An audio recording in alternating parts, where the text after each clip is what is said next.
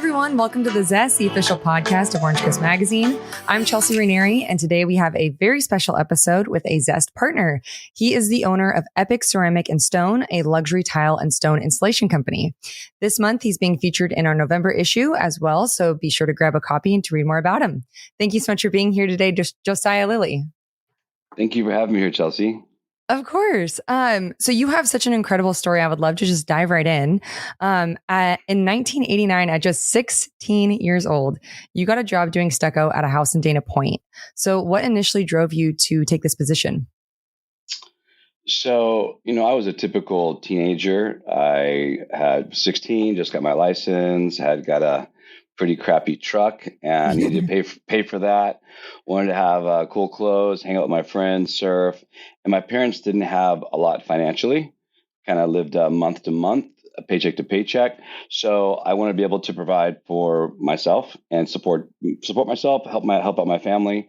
So I got a job. I was actually doing homeschooling for my high school. I went to regular school through 8th grade. And then for high school, I did homeschooling so that I would be able to work. Oh, and wow. So when I was 16, I got a job through a friend of my father's who did stucco. And stucco wasn't my dream job by any means, but it was a job. So I went to work just as a helper, learning the stucco trade. And can you share what happened on the second day of the job? Yeah. So on the second day, the tile guy came up to me and said, "Can you read a tape measure?" And I said, "Of course. Who can read a tape measure?" And he said, "My helper can't. So why don't you quit doing stucco and come back to work for me tomorrow doing tile?" And I've always loved design. I've always loved art, been super creative. It's kind of like been a passion of mine since I was very young. So I thought tile seems a lot more in line with what I love as opposed to doing stucco. So I quit doing stucco that day and came back to work the next day and started learning the tile trade. Nice. And did you pick it up pretty quickly? Yeah, I'm a pretty aggressive learner and I've always been pretty entrepreneurial. And so I asked a ton of questions. Was trying to understand, why are you starting here? What's this method? What are we doing this? I took a ton of just mental notes and trying to kind of understand the methods behind everything. And so after about a year of being an apprentice and kind of asking a lot of questions and having my notes, I felt like I was ready to take it on myself. So I started my first tile company, started Epic basically, when I was 17 years old. That's unreal. What were some of the challenges that you faced when you were first starting out? Well, being 17 was one of them, and just being really inexperienced in business, not having really much business education at all, being very inexperienced in the trade. And also, I probably looked like I was 14. I mean, a 17-year-old trying to get a job to do tile for getting people to trust them is a big enough thing. And you look even younger. I remember a builder that I still work with used to always tease me, even when I was in my 20s, and be like, "Did your mom drop you off from math class? You could bid my job." So that was a challenge, having people trust you with, with their money and doing something as important as the finishing touches on their home. So that was a big challenge that kind of went to the school of hard knocks, I guess. Definitely. Yeah. I don't even remember what I was doing at 17, but it was not starting a business. That's very impressive. And then you moved to the Caribbean. Why'd you make this decision? And do you have a favorite memory you can share of working there? So I was actually raised in a very religious household, and my parents were Jehovah's Witnesses, and I was raised in that religion. And so initially, I wanted to go down there. I was 19 when I moved down there. I've been doing tile a couple of years, and I just wanted to live somewhere different and kind of do something. And I was kind of wasn't like a missionary, but I was kind of supporting a congregation down there. So I went down there initially just for adventure. Was kind of like the real reason I went down there, do something different and be supportive of that religion. Because, once again, I've been always being entrepreneurial and being very, have a lot of aspirations as very young. So I wanted to even the religion, be very supportive. So that was kind of the motivation for going down there initially. And I lived in a small island in the British Virgin Islands called Virgin Gorda. And I actually couldn't, yeah, it was super cool. It was an amazing experience. Going from Southern California to an island that had 3,000 people was a pretty huge culture shock. So I learned a lot. We weren't able to work there because it was a British island. It was too expensive. But I was there for about 9 months. And then I moved to Puerto Rico. And Puerto Rico, because of the weather, no one uses like carpet or really wood down there. All the flooring is either tile or marble or terrazzo or some sort of a hard surface. So I moved down there, and I was there about 2 years. I was doing tile and stone down in Puerto Rico. And probably my favorite memory, I guess, was my parents, for some reason, still to this day shocks me, allowed my brother to move down there with me when he was 17. And so he moved down there and was my helper. And so we did tile and stone all throughout Puerto Rico for a couple years before I moved home. What? So do you feel like you kind of honed your skills in Puerto Rico, or was it more when you got back? Yeah, I did, in the sense that I really had to rely on myself, right? When I was here as a 17, 18-year-old, 19-year-old doing tile and stone, had other people I could kind of rely on. I kind of always would have had a plan maybe to fall back on. But there, I was in basically a new country and a whole new culture. And I was on my own. Then I had my little brother there that I would need to make sure I was be providing for and taking care of. So I had a lot of responsibility. So I think I grew up a lot. I grew up a lot during that time period. I learned a lot about business, about managing business, about just different levels of responsibility.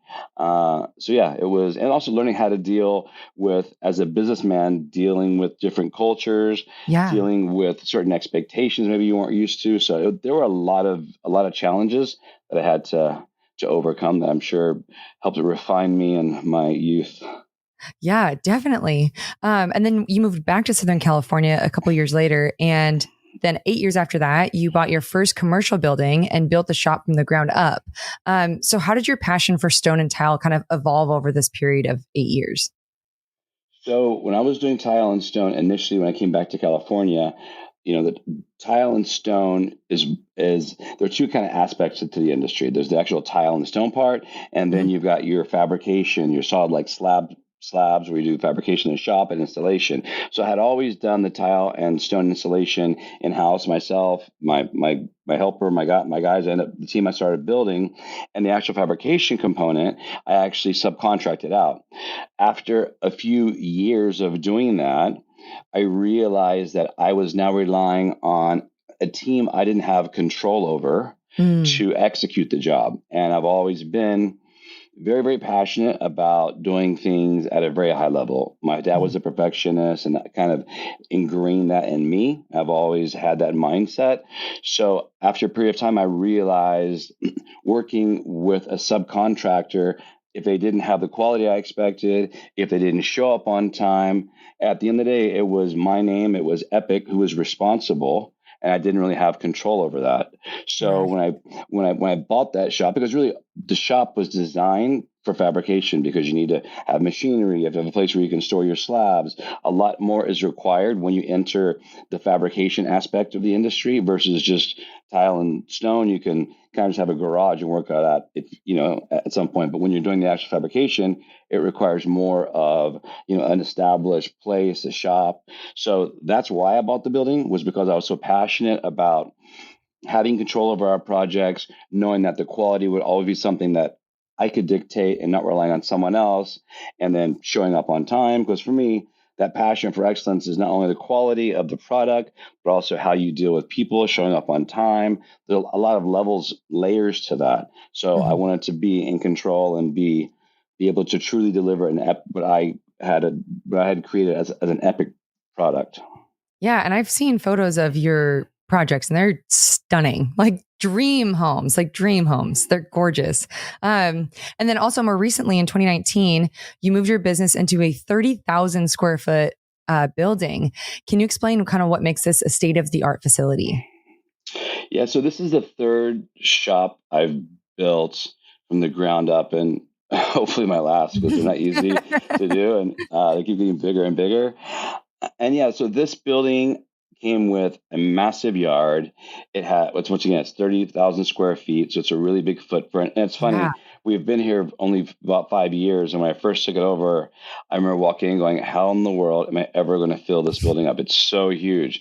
And then within probably 2.5 years, it's like, wow, we could use a bigger building. No Uh, way. yeah, just because we have, it's all about the client experience. And so we had a bigger shop so I could make sure I stored the slabs inside, because sometimes when you keep marble slabs or different materials outside, they can get exposed to the sun. There could be damage. So I wanted to make sure I protected Mhm. the client's product.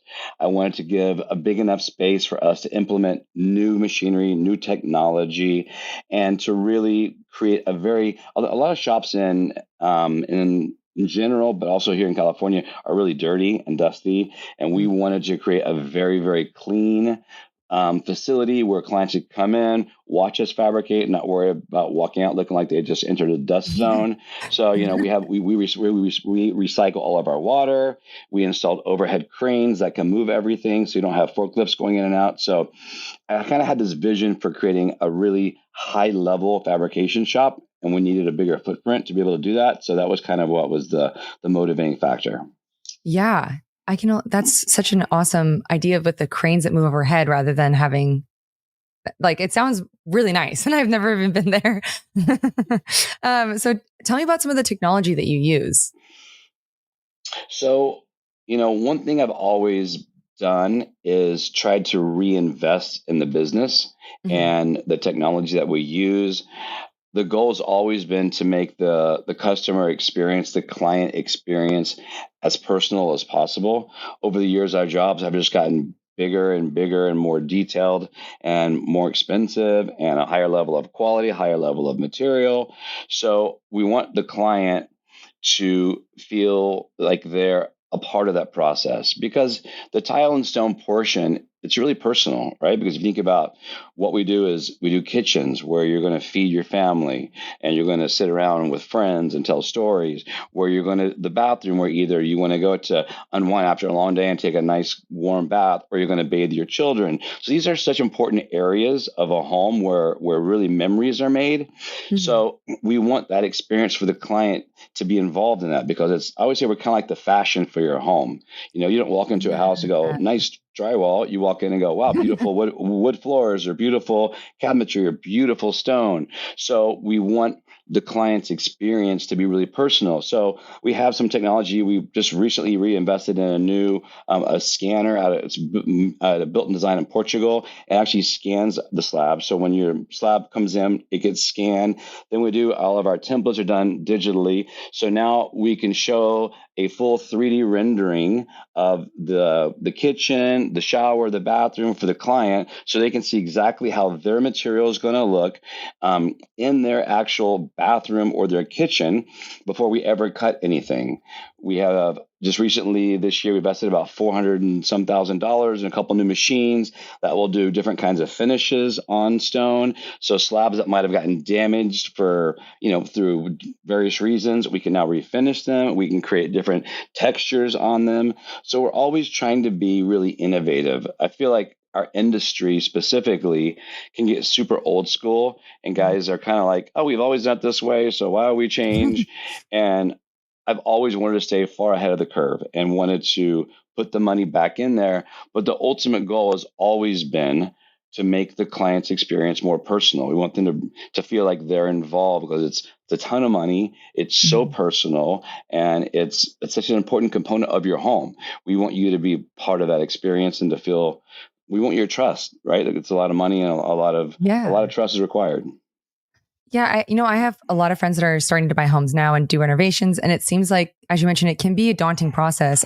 But with you guys, it seems so streamlined. So, how do you make creating a space for your customers so seamless? And you kind of touch on this a bit, but if you want to elaborate, leave more.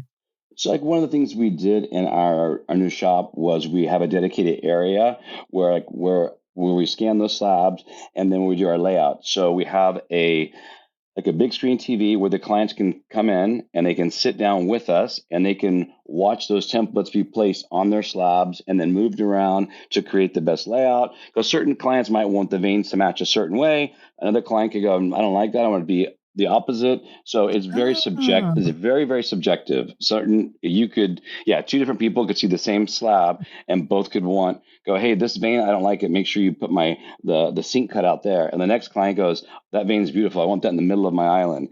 It's really, beauty's in the eye of the beholder. Right. yeah. So we created a space where they can come in, sit down with us, and clients love to do it. It's actually really fun. It sounds Still fun.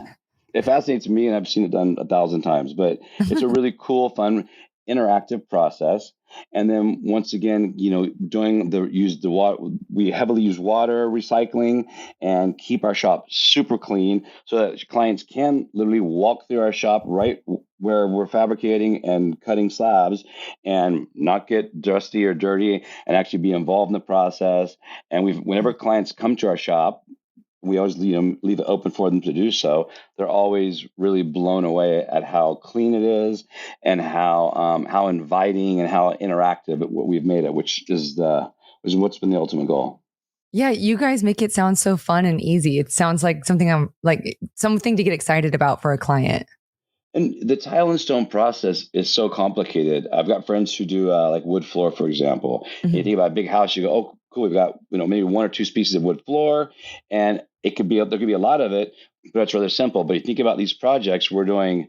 These houses have 7 to 12, 14 bathrooms. Each bathroom can have 3 to 6 different kinds of stone in it. Then you've got a couple of kitchens, 6 fireplaces, a bar, flooring. I mean, there could literally be 80 to 100 different types of stone in one project. So it can be really, really complicated and not only pricey, but complicated. And when you get to tile and the stone, you're kind of towards the end of your project. Usually it's like we're the finish. You might have been on it for 2 years already and you're kind of exhausted. Now you've got all these decisions to make, and that's so complicated, but so important. So I've always wanted to make that process as fun and enjoyable for the client as possible. I think technology and the space we've created and our attitude as a company, that's what we really try and bring to make it a fun experience for our clients. Yeah, I can totally feel that too. Well, is there anything coming up that you'd like for our listeners to keep an eye out for at Epic Ceramic and Stone? So I think what I am most excited about, I have a really strong passion for design. And with the new machinery we have recently purchased, it just got installed about 3 weeks ago. It's out of France. It will allow us to create some really, really bespoke textures and finishes that we could create just for each individual client. And I was just in Italy and Portugal and Greece last week visiting stone factories and at a big trade show and kind of getting some new ideas. So we have a lot of really, really cool techniques and finishes and textures we're kind of working on and experimenting with right now. So I'm really excited to bring that to our clients and show them what we can do for them that will be unlike anything else they've ever seen. Wow, that's so exciting. Well, we're coming towards the end of our time, but before I let you go, I have 3 final questions for you that we call the Thoughtful 3. So first, what is a moment in your career that you're most proud of? I don't know if I have one specific moment, but I would tell you the thing I'm most proud of in my career Mhm. is the family we've created at Epic. I have a lot of employees who we call family members that have been with me for over 20 years. I've had them come up to me and say, hey, I've worked at other companies, Josiah, but people say they're family, but I've never experienced it like this. Because of working at Epic, I've been able to buy my first home, start a Wow. family. We've helped some of them get their citizenship. So I think that's been the most rewarding thing in my career is the team and family that we have created that, like I said, some of them have been here many of them have been over 20 years. So that's extremely rewarding for me to have some 17-year-old kid be able to create a business that has changed the lives of some of the employees, which has been, it's hard to put into words what that means to me. Yeah, that's amazing. What was the best advice that you received when you were first starting out? My dad used to always say, if you're going to do something, do it right or don't do it. Mhm. And that's always been a motto that I've lived by. If I'm going to sweep a floor, if I'm going to clean a window, anything I do, I've always taken a lot of personal pride in that. I want that window to be spotless. I want that floor to be swept clean. Mhm. Not if anyone else sees it, but for me, it means a lot to me. Whenever I walk on one of our jobs, I don't ever think how much money we make. I just go, wow, I can't believe my guys, our team did this. I take so much pride in that quality and that excellence is one of our values. So that's what really shines through and what means the most. So I think if you're going to do it right or don't do it. I love that. And lastly, what advice do you have for young entrepreneurs? Find your passion and have a plan. Mm. They say if you have once you find your passion, if you do that for work, then you never really work a day in your life because you're always doing what you enjoy. So I think figuring out what that passion is, what you truly, truly love, and then once you find that, build a plan around it and stick to it. Because I feel like the most successful companies in the world are the ones that really know who they are. And then their employees also know that and buy into it. So I think once you find your passion, it's easy to stay motivated and to stay driven. Definitely. Well, thank you so much. This was such a great time talking with you. You have such an inspiring story, and I'm so honored to get to share it. Thank you, Chelsea. Thank you for your time. Of course.